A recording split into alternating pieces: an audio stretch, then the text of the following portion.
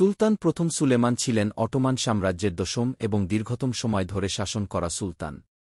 তিনি মহৎ সুলেমান নামেও পরিচিত। তার শাসনামলে অটোমান সাম্রাজ্য উন্নতির শিখরে পৌঁছেছিল। তিনি ছিলেন একজন দক্ষ ও সামরিক নেতা এবং আইন প্রণেতা। তিনি সাম্রাজ্যের সীমানা ইউরোপ এবং মধ্যপ্রাচ্য পর্যন্ত বিস্তৃত করেছিলেন।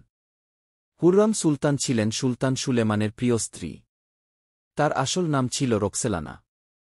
তিনি ছিলেন একজন ইউক্রেনীয় ক্রীতদাসী যিনি সুলতানের হারেমে প্রবেশ করেন।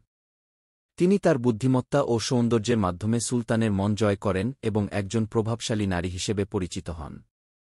তিনি সুলতানের রাজনৈতিক পরামর্শদাতা হিসেবে কাজ করতেন এবং সাম্রাজ্যের নানা গুরুত্বপূর্ণ কাজে অংশ নিতেন।